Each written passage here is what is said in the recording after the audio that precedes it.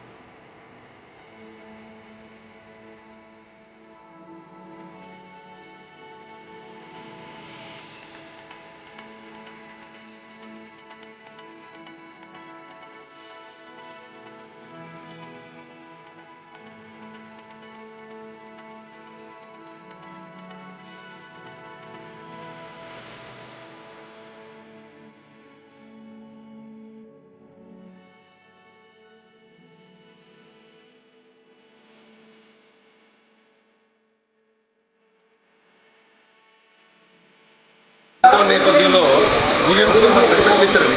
ఎంతోమంది migrant labour ఉన్నారు, వీళ్ళందరినీ 100+ హోమ్స్లో పెట్టాము. వీళ్ళందరికీ 2,000 మంది ఫుడ్ ఇవ్వమన్నారు. అలాగే అన్నారు.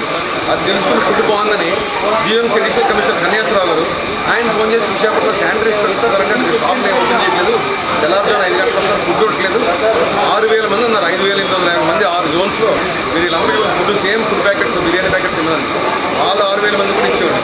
అలాగే మన తర్వాత రమణ గారు, మల్లిక్ గారు వీళ్ళందరూ పోలీస్ డిస్ట్రిబ్యూట్ చేసి వీళ్ళు కూడా మనం పార్టిసిపేట్ చేయబట్టి వాళ్ళతో కూడా ఇది కాకుండా ఎన్జిఓస్, ఏజ్ కేర్ ఫౌండేషన్ అని వాళ్ళు చెస్ట్ హాస్పిటల్కి, విమ్స్ హాస్పిటల్కి, ప్రెస్కి, పోలీస్కి ఇలాగ అనేక మందికి ఆల్ పొలిటికల్ పార్టీస్ కూడా టీడీపీ, వైఎస్ఆర్సీపీ, జనసేన, బీజేపీ వీళ్ళందరూ వీళ్ళ వార్డుల్లో పూరెస్ట్ పీపుల్ ఐడెంటిఫై చేస్తే ఒక 6,000 ప్యాకెట్లు వెళ్తారు. రోజుకి 16 నుంచి 18,000 ప్యాకెట్లు. ఇప్పుడు 2,70,000 ప్యాకెట్లు అయినాయండి వాళ్ళకి. 2.7 lakhs, రేపుతో 2.85 lakhs అవుతాయండి మొత్తం. ఈ 15 రోజులు రేపుతో పూర్తి అయిపోతే రేపు మన లాక్డౌన్ ఆల్మోస్ట్ హాఫ్ లిఫ్ట్ చేస్తారు. 77 షాప్స్ వర్క్ చేస్తున్నారు కాబట్టి రేపు లాస్ట్ డే.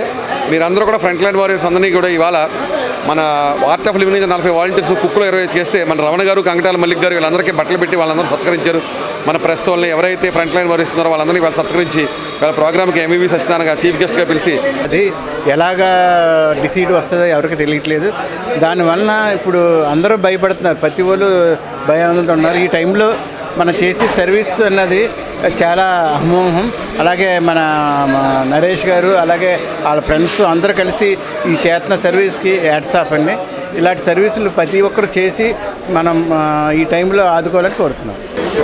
లాక్డౌన్ ఏప్రిల్ 14 నుంచి మరో 18 రోజులు 18 రోజుల వరకు ఎక్స్టెన్షన్ చేసిన సందర్భంగా బడుగు బలహీన వర్గాల వారికి చాలా ఇబ్బంది పడుతున్నారు. వలస కార్మికులు వారికి ఏదన్నా చేయాలని చెప్పి నేను మిత్రుడు నరేష్ కుమార్ గారు కలిసి రోజుకు ఒక 5,000 మందికి విశాఖపట్నం పరిధిలో 6 అసెంబ్లీల్లో మనం చేద్దామని చెప్పి ప్లాన్ చేయడం జరిగింది.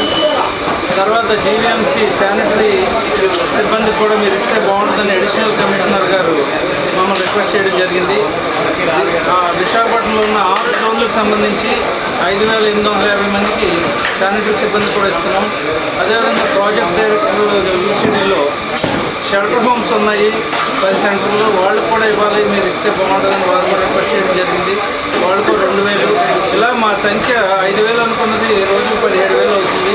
గత 16 రోజులుగా ప్రతిరోజు ఇంతే అభిమానంతో, ఇంతే సేవతో మేము చేయగలుగుతున్నాం. రోజుకి 17,000 మందికి ఈ రోజు వరకు 2,67,000 అయింది. రేపుతో 17,000, 18,000 అయితే 2,85,000 మందికి మేము ఆహార పొట్లాలు అందించగలిగినాం. ఫ్రంట్ లైన్ వారియర్స్ అయినటువంటి శానిటరీ సిబ్బందికి ఇవ్వగలుగుతున్నాం, పోలీస్ సిబ్బందికి ఇవ్వగలుగుతున్నాం, అదేవిధంగా వైద్య సిబ్బంది, వారి సహాయ సిబ్బంది, అది కాకుండా మీడియా మిత్రులు కూడా కొంతమందికి మనం డైలీ పంపించగలుగుతున్నాం. అందరూ లాక్డౌన్లో రెస్ట్ తీసుకునే టైంలో ఈ 4 విభాగాలు కూడా నిరంతరం ప్రజలతో మమేకమయ్యి కంట్రోల్ చేయాల్సిన పరిస్థితి ఉంది. అలాంటి వారికి మనం సేవ చేయగలుగుతున్నాం. అంతేకాకుండా భవన నిర్మాణ కార్మికులు, వలస కార్మికులు, ఏ ఆధారం లేనటువంటి వాళ్ళు కూడా విశాఖపట్నం నగర పాలసీ నుంచి గాజువాక వరకు, ఇటు పెందుర్తి